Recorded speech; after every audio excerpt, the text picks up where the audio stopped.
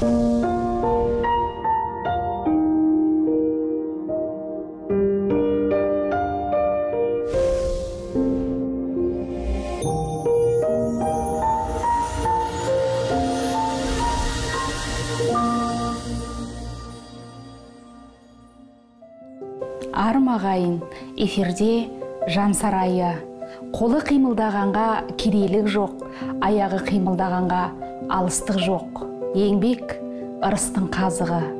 Бүгінгі хабарымыз Түркістанның Атымтай жомарты Рахым Көлбайұлына арналады. Түркістанда Рахым дейтін бір қазақ бар. Атына сай Атымтай жомарт, еліне елеулі, халқына қалаулы азамат. Олай дейтініміз кез келген қайырымдылықтың басы қасында жүретін Рахым осы талай жыл мәслихат қабырғасында жүріп, адамды қарына дақ түсірмеген марғасқа Рахым.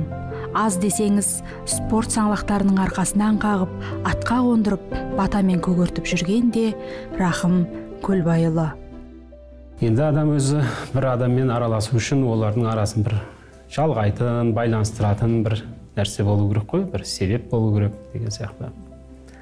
Біз Рахым екеуміз осы қанша жылдан бері ағалы інілі болып сыйласып, сырласып келе жатқан азаматтармыз. Оған себепші сол біздің рухани жақындығымыз болса керек деп ойлаймын. Енді қазақтың қай азаматымен де сыйласуға дайынбыз, бірақ сонда да бір жақын сыйласатын, түсінісетін, бір көзқарасың сәйкес келетін азаматтар болады ғой. Соның ішінде осы Рахым маған сол жағынан, руханият жағынан жақын деп ойлаймын. Себебі бұл кісі де өзі өнердің жанашыры, сосын спорттың жанашыры. Спорттың жанашыры болғанда бұл кісі бір былай деп талғайтыны жоқ. Осы елдегі қай азаматта, қай саладан шықса да, көрінсе де соған үнемі қолдау жасап жүреді. Өнерде де, спортта да, қай салада болмасын. Маған сондай бұл кісінің сол патриоттығы, осы елін, жерін сүйетіні, құр сүйіп қана қоймай, елін, жерін шын сүйетін азаматтар, сүйем дейтін азаматтар да көп қой. Бірақ соны ісімен дәлелдейтін, сөзімен ғана емес, ісімен дәлелдеп, соған титтей де болса қолғабысын білдіріп, қолдауын жасап, сөз жәрдемін жасап жүретін азаматтың бірі. Сол жағынан мен бұл кісіні қатты құрметтеймін, сыйлаймын.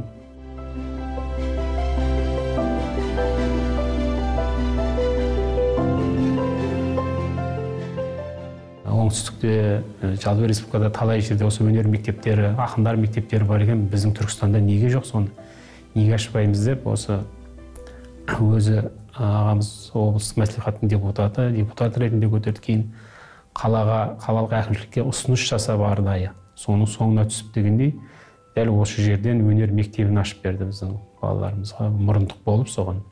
Әрине ол мемлекеттік мектеп болып ашылды, бірақ сол алғашқы кезінде үлкен жәрдем жасап, өзі сол мектепке ғимарат дайындап беріп, сол мектеп сол аяғынан тұрғанша, мектеп жаңа ғимаратқа көшкенше, жаңа ғимаратқа көшкенде де 3-4 жыл болды. Соған дейін бұл 7-8 жыл өзі ғимарат тауып беріп, бүкіл шығындарын, коммуналдық шығындарының барлығын өзі төлеп, сол мектептің аяғынан тұрғызуға үлкен жәрдем жасады. Қазір ол мектептің түлеп шыққан жаңа оқушылары республикалық дәрежедегі, облыстық дәрежедегі үлкен байқауларды, өнер додаларының жеңімпаздары болды. Қанат қағып ұшып кетіп жатыр ғой Қазақстанның түкпір-түкпіріне. Менің енді бір түсінгенім, осынша нәрсенің бір еңбекпен келетінін мен мойындадым.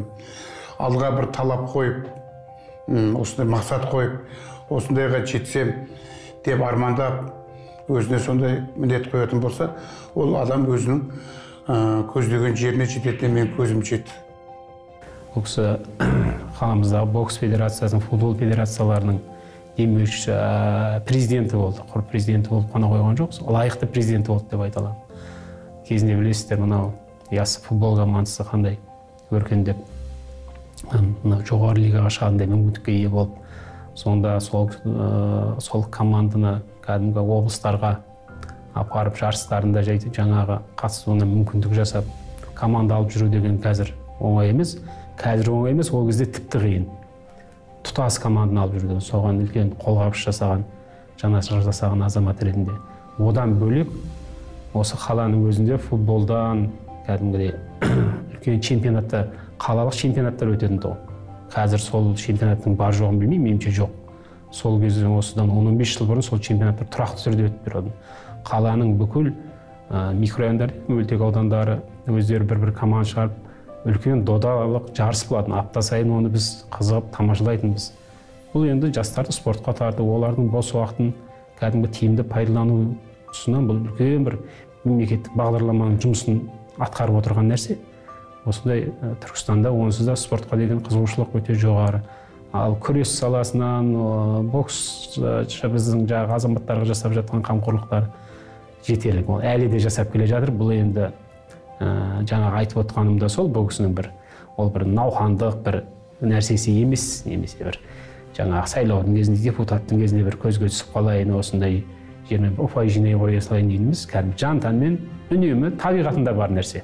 Адам табиғатында бар нәрсе ол күнделікті өмірде көрініс береді ғой. Сол жағынан бұл кісі үлкен жаңашылық жасап келе жатыр. Рахаң Өзбекстанның тумасы, қарапайым шаруа отбасында дүниеге келген. Еңбек жолын Шәуілдір автобазасында қарапайым жүргізушіліктен бастады. Мұның өзі оның кіндігінің ауыл топырағына байланғанын, тыныс-тіршілігімен тыныстап өскендігін аңғартса керек. Имандылық пен қайырымдылықтың қайнаған ортасынан шыққан жанның бір бүйрегінің игілікке бұрып тұруы да заңдылық ендеше. Осыдан 50 жыл бұрын осы жерге жүргізуші болып келгем. 1989 жылы осы басының директоры болдым. 89 жылдан бері. Содан кейін істеген 5-6 жылдан кейін Қазақстан Республикасының осындай автокөліктер арасында бірінші-екінші орынға алып шығуына сол пейнеттің арқасында болды деп есептеймін. Ананың тәрбиесін, әкенің тәрбиесін дұрыс алған бала ол жетістікке жететіні кәміл.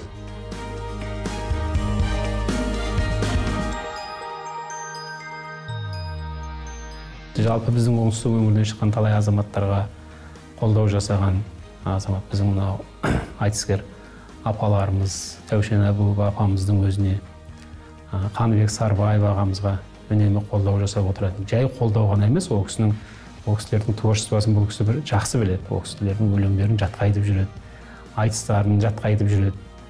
Әселхан апамыздың айтыстарынан айтып жүреді. Және соны құр сүйсініп қана қоймайды, шын жан тәнімен, жан дүниесімен қолдайды.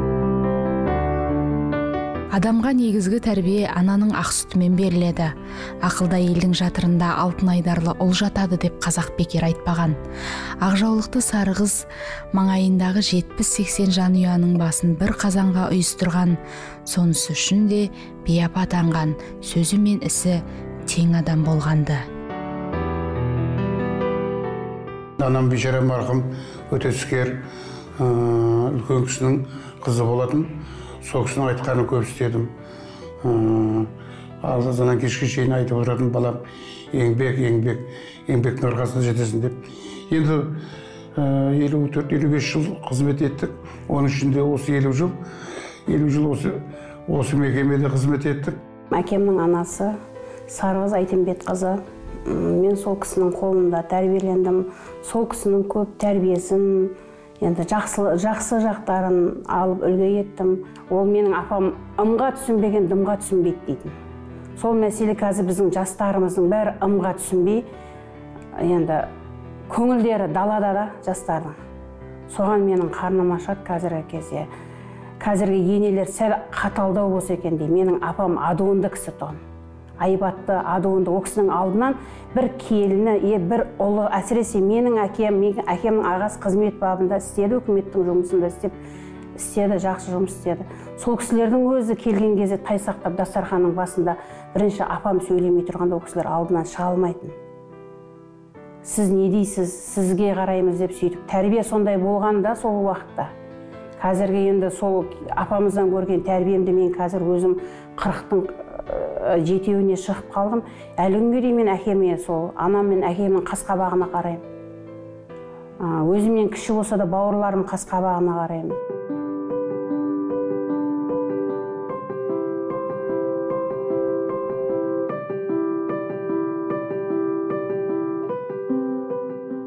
Бір қайран қалатын нәрсем, бұл кісі ұзақ жолда үнемі әңгімені анасынан бастайды. Өмір тарихын айтып келе жатады да, енді кім болса да сол өткенін айтады ғой. Бірақ рахым анасы үнемі аузын алып отырады, үнемі қай әңгіме болсын анасымен сабақтап, жаңағы осы өмірде алған жетістікке жеткен нәрсесінің барлығын сол анасымен жалғап өрбітіп отырады. Сол жағының өзі үлкен адамға өнеге береді, тәрбие береді. Енді сол әңгімені, мен тыңдаған әңгімені ол кісі үйінде де отбасында да айтады ғой. Ал енді бұл отбасына, бала шағасына, немере шөберелеріне ол деген үлкен тәрбие, үлкен мектеп қой. Бұл қазір рахаңнан тараған әулеттің өзі бір қауым ел болып қалды. Сондықтан бұл әулеттің осындай арысты қазыналы қариясы бар деп ойлаймын. Бір әкенің тәрбиесін 100 мектеп бере алмайды деген тәмсіл бар. Тауып айтылған сөз. Рахым Көлбайұлының кез келген істі дөңгелетіп әкететіні әкеден дарыса керек. Өйткені Асқар тауы шаруаға икемді жан болыпты. Рахаңның өзі де 70-те еңсерді бүгінде. Осы бір күйбең тіршілікте әкесін Мұқағалиша күңіреніп жиі есіне алады. Әке, сенің жасыңнан асып барам. Кезі келгенде тасып далам. Кезі келгенде жасып қалам. Мұн өмірге бәрібір ғашық балаң. Құралахан емеспін қуаныштан. Қуаныштар алдымда құрақ ұшқан. Бір арыстан өмірден өткенімен өмір сүріп келеді тірі арыстан. Өкім бәке, отың бар сөнбей тұғын. Ол мәңгілік жанады көрмей тыным. Ұрпағың бар ел менен ер намысын. Тірі тұрса қолынан бермей тұғын.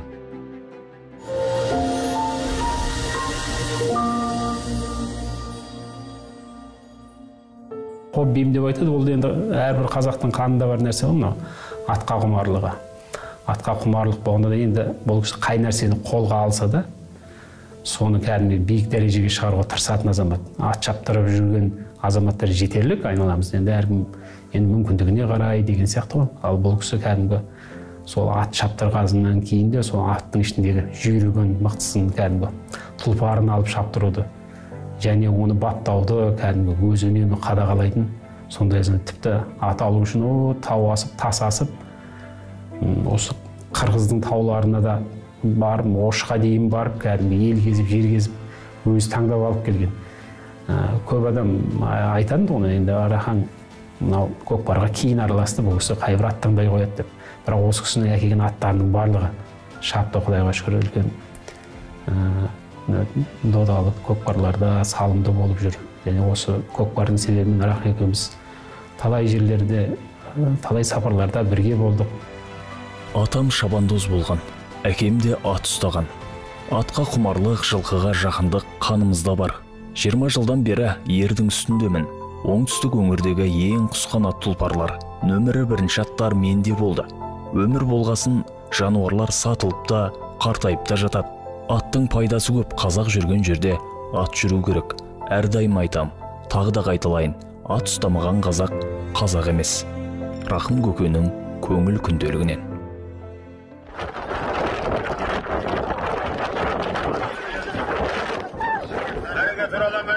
Мәреге тұрала. Қола жатып тасты. Ей, тамаша. Рахым ағамыздың аты ма? Бәрекелді, жоғарғы мәреге. Түркістан облысының құрметті азаматы, қазыналы қария, Рахым көкеміздің найзағай есімді тұлпары менен киелі Түркістаннан келген Нұржан палуан тастады ағайын, жоғарғы мәреге. Бәрекелді, тамаша.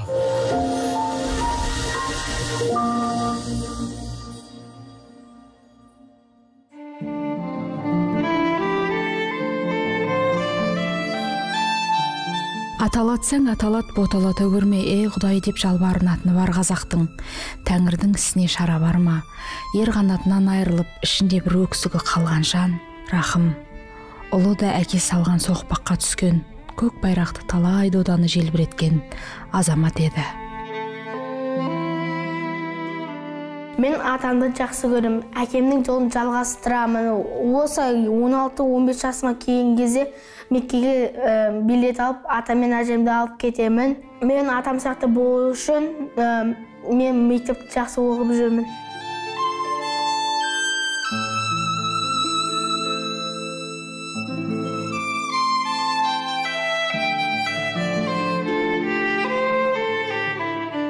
Тұрым де сол атамға ұқсап өссем деймін. Әкем де жолын істеп, ағам сияқты көкпаршы болып, мамамны қорғап, айтқанын тыңдап жүргім келеді.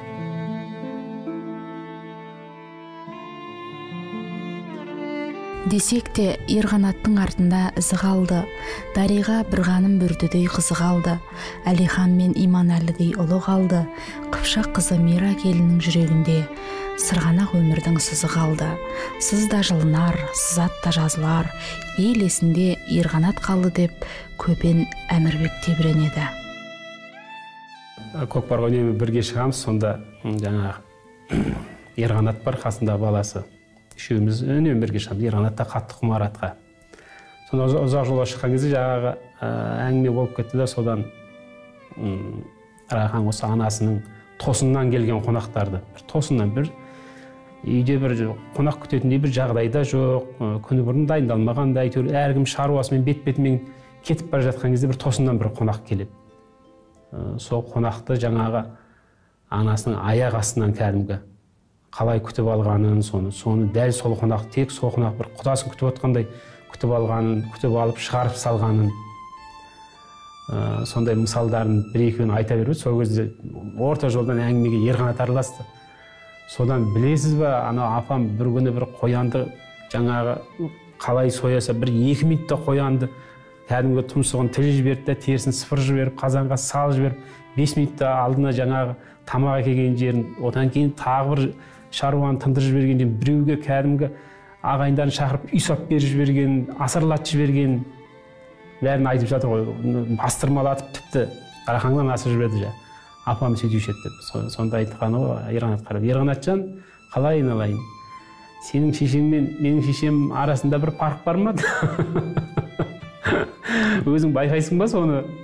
Деп кәдімгі бір жаңағы сөзге ұста кісі ғой, бір шымшып алатын тұстары да бар.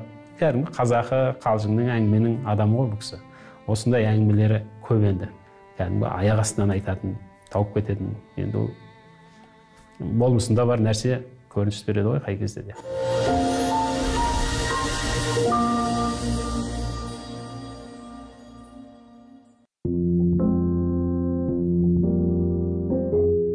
Кейінгі жылдары Рахым Көлбайұлы білім саласына бет бұрды. Басты мақсат білімді бизнеске айналдыру емес, балаларды өмірге бейімдеу. Қазақтан мықты технократ шықпайды деген түсінікті жоюды дейді. Оқу орнында әсіресе өзі секілді ауылда өскен қыз-жігіттерді көптеп кездестіруге болады. 2006 жылы елбасының халыққа берген жолдауында осы техникалық маманға мән беру туралы көп басу айтты. Сосын ойланып отырдым да, өз ойымда да болып жүреді. Осы базының ішінен бір техникалық колледж ашсам деген ой келді. Түркістан облысында 64 колледж болсын, сол алдыңғы бір бестігінде жүрген колледж менікі. Ол жерде ең бір айтатын мәселе таза білім беру. Таза.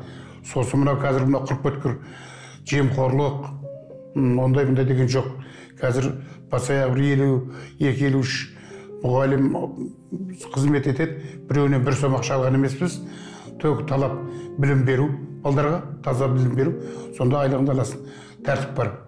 Тәртіп бар жерде ешқандай нәрсеге бой бермеуге болады.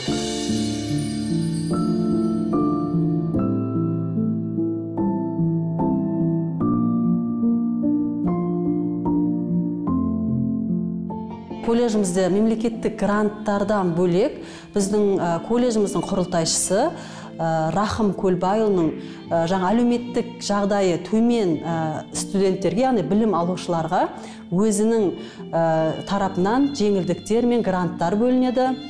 Және біздің осы Түркістан индустриялық-педагогикалық колледжінің құрылғанына биыл 15 жыл толуда.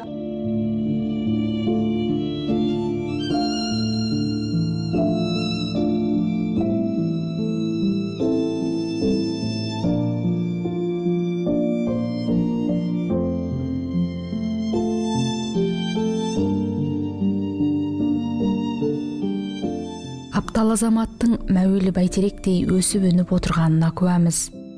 Бүгінде Баян апайымызбен бірге 5 перзент тәрбиелеп, немере сүйіп, шөберенің қолынан май жалап отырған жайы бар.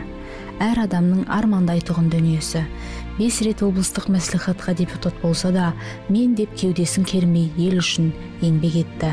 Өзіне ғана емес, өзгеге де болсын деген тілекпен ниет қабысса, ұлттың ұшпаққа шығары анық. Рахым кредосы да осы, ұлтқа қызмет ету.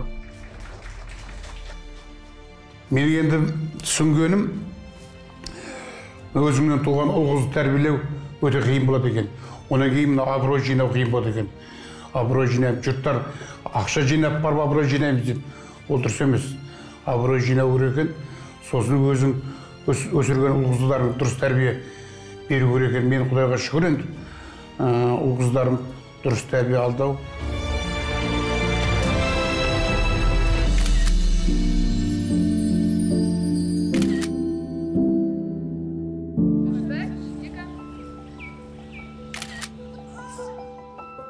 Қалай болғанда да адамға мәрттік, жомарттық, кісілік, атаның қуатты қанымен, ананың адуын күшімен беріледі. Ата-ананың осал болуға құқы жоқ. Аман, сау болыңыздар.